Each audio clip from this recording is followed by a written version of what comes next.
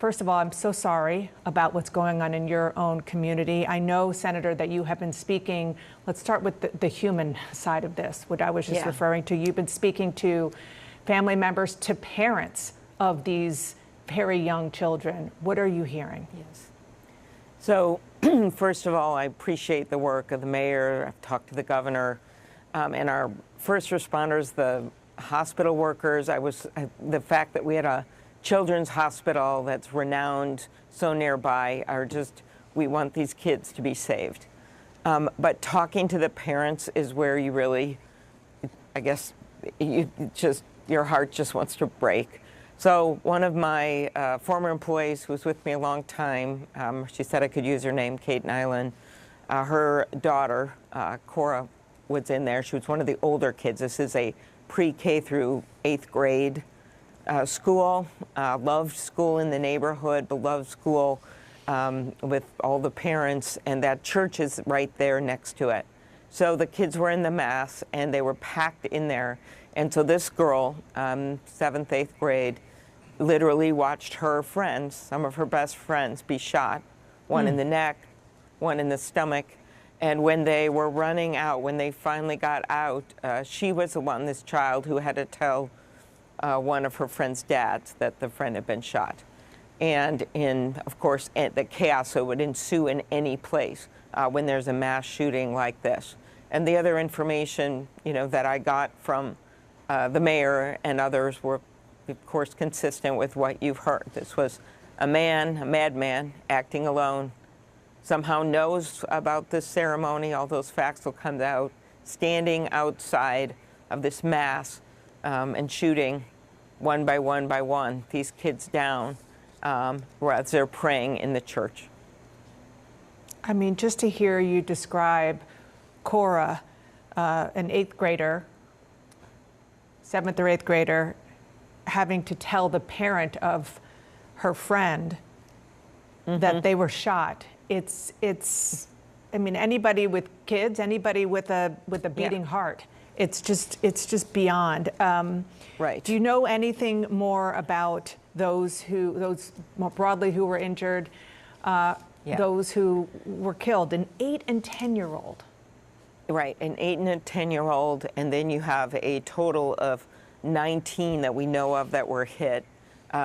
17, of course, we have 2 dead right now, 17 injured, and of those, 14 were children. So there were also adults who were shot, right? There were most likely teachers or, we don't know, people involved in the service. So there were also adults that were shot, and I'm sure as we hear the details on this, the stories of these people trying to get out those doors, trying to scramble underneath the pews, which is what they were told to do, to protect themselves. I know they're going to be tragic, but there will also be stories of heroism, stories of faith, stories of parents and others helping each other. But it is, when you think about what happened here and the fact that he had these 3 guns, multiple guns, I believe it was something over some kind of grievance that may not even involve the school, and those facts will be revealed when the police have thoroughly investigated them. But this is a time, as the mayor said, these just aren't someone else's kids. Anyone can imagine on the first day of school, I remember this, dropping your child off to a bus or bringing them to the school, thinking they're going to be safe. It's just the most horrific thing any parent, and I know you are a parent as well, Dana, any parent can imagine. Yeah, it sure is.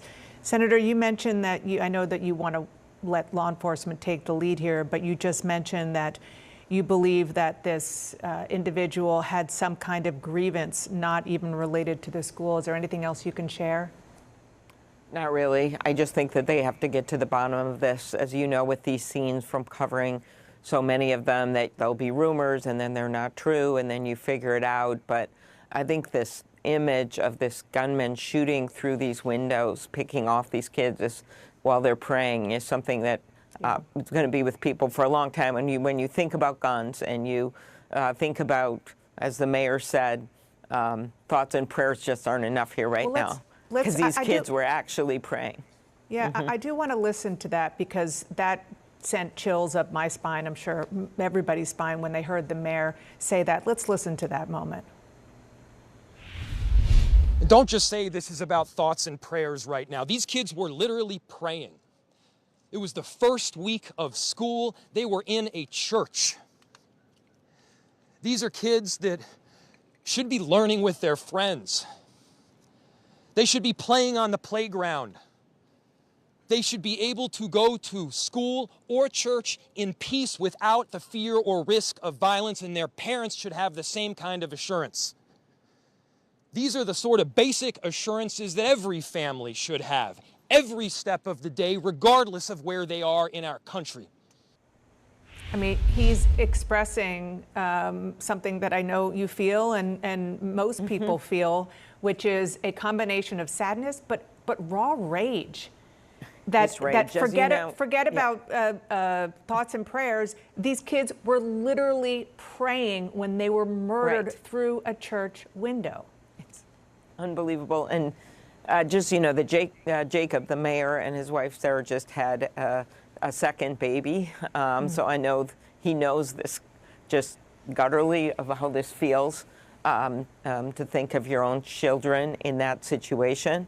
And I think part of what he's getting at here is that there's thoughts and prayers, and then the law enforcement does their job well, and hospitals do their job well, and they save some lives, and people are injured. But there's a whole room of those kids in that church that are going to never forget what happened, that hopefully they'll be able to get through it in their own lives. But you think of that in other mass shootings, it's the immediate death, it's the immediate family, but then it's a whole community. And ultimately, it's an entire nation that has to grapple with the fact of we have too many guns out there right now. And there's all kinds of policy things that we could do that would still preserve people's right to hunt, people's right to collect guns, people's that care about guns for sport and guns for protection. But at some point, when you see these innocent kids praying in a church and they get gunned down by a madman, you have to step back and think, what can we do better? What can we do better with background checks or with assault weapons, which may not have played into this situation? But every situation is different. And there are a number of things we can do that would not hurt law-abiding gun owners, of which there are so many in my state and in our country. And so it does get you to that. But right now, in our state, we're just mourning. You know, the FBI agent, a former FBI agent, said just before the break there that oftentimes the police may oftentimes be the last ones, or law enforcement may be the last ones to get sort of a profile on someone who may go down this path. However, family, friends, coworkers, neighbors will oftentimes, Katie, be the first ones to notice something peculiar, something odd.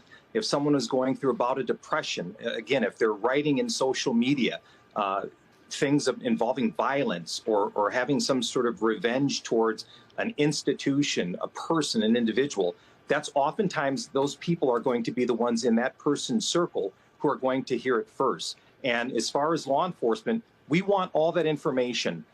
You know, they will sift through. If it's something benign, let the law enforcement agencies work on that and filter that out. But if there's a nugget of information that could help stave off a tragedy, such in this case, law enforcement will always err on the side of we'd rather have a little than nothing. And so I think just, Katie, just continuing to inform and educate communities to call in if they see something or are hearing a person on social media talking to coworkers, they're going through bouts of talking about suicidal tendencies or acts of violence, acting out. We need to hear that sooner than later. So I'm not sure what exactly happened in this scenario and whether maybe there was an alert. We don't know yet. They're still investigating. The details are going to come out. But I wonder if you were a person and you're worried about a loved one and you don't know how worried to be about that loved one, but you do feel like maybe you should say something. If it ends up being not an immediate and violent threat, if the person, if the loved one is worried about it getting taken too far by the police. What is the process by which the police come and investigate?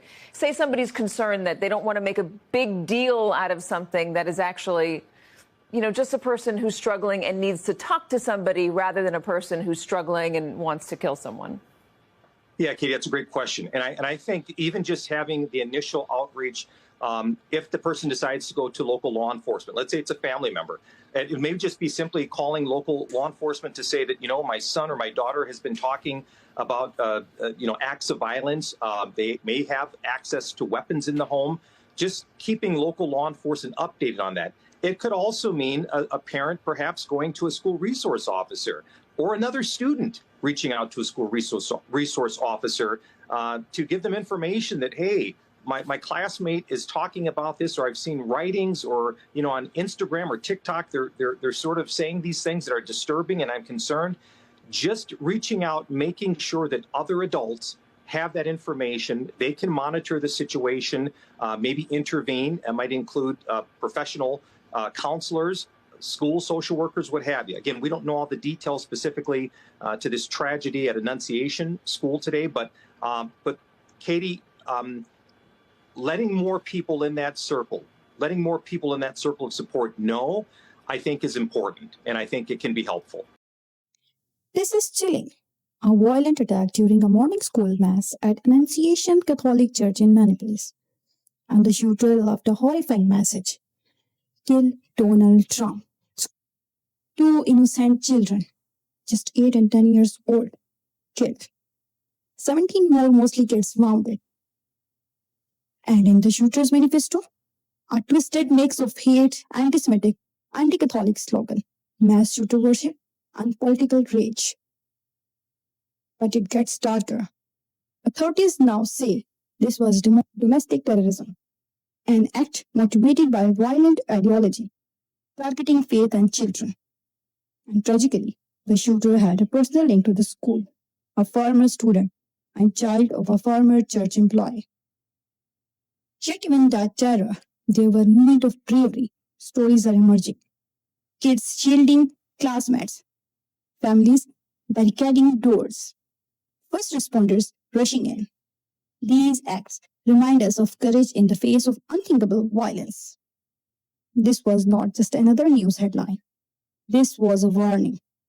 A tragedy born from hate, mental anguish, and unchecked access to weapons. We cannot let it be forgotten. We have to demand meaningful change on gun control, mental health, and how we care for those on the fringes. What do you think? Is this tragedy a turning point? For safety, for awarenesses, for immunity? Drop your thoughts below. Hit like if you believe it's time to act, and share this video. Because honoring these kids means comforting the problem, not looking away. Thank you for watching.